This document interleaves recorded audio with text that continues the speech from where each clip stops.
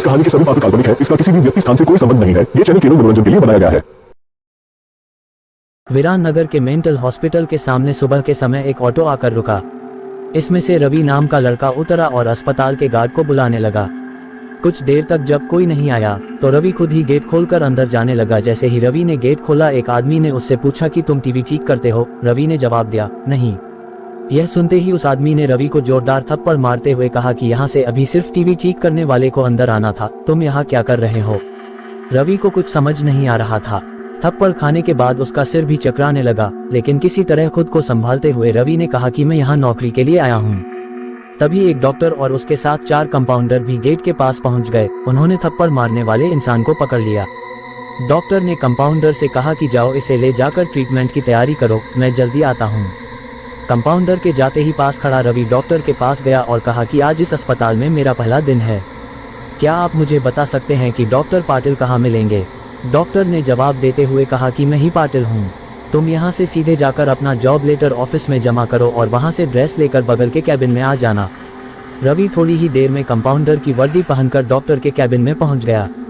Doctor ने उसे बताया कि जो तुम्हें अभी गेट में मिला था वो पागल है। पिछले 8 दिनों से वो सभी को टीवी बनाने वाला समझ रहा है, फिर जब उसे पता चलता है कि वो टीवी बनाने वाले नहीं हैं, तो गुस्से में थप्पड़ मार देता है। उसके बाद डॉक्टर ने अपने अस्पताल के रमाकांत कंपाउंडर को बुलाया और रवि का परिचय सबसे कराने के लिए कहा। रमाकांत ने कुछ ही देर में रवि से सबको मिलवा दिया और फिर उसे मरीजों के कमरे में ले गया। वहां हर कोई कुछ न कुछ अजीब हरकत कर रहा था। कोई दिल टूटने वाली शायरी सुना रहा था तो कोई फिल्मी संगीत गाते हुए डायलॉग मार रहा था। सभी मरीजों को दिखाते हुए रमाकांत ने रवि से कहा कि आज के बाद से तुम्हें इन सारी चीजों को झेलना होगा। इतना कहकर रमाकांत वहां से चला गया। तभी रवि को पता चला कि उसकी नाइट ड्यूटी लगी है। दिन के समय आराम करने के बाद रवि रात को मरीजों की देखरेख में जुट गया। जैसे ही रात के 12 बजे तो सभी का चेहरा डर से पीला पड़ने लगा।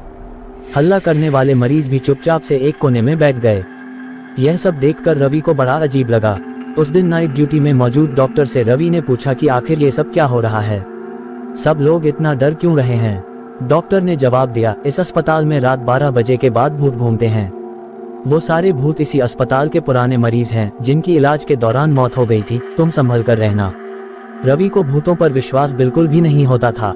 उसने डॉक्टर की बात को हंसी में टाल दिया और अपना काम करने लगा। उसी रात रवि अकेले बाथरूम जा रहा था, तभी उसे लगा कि कोई उसके पीछे है। मुड़कर देखने पर कोई नहीं दिखा।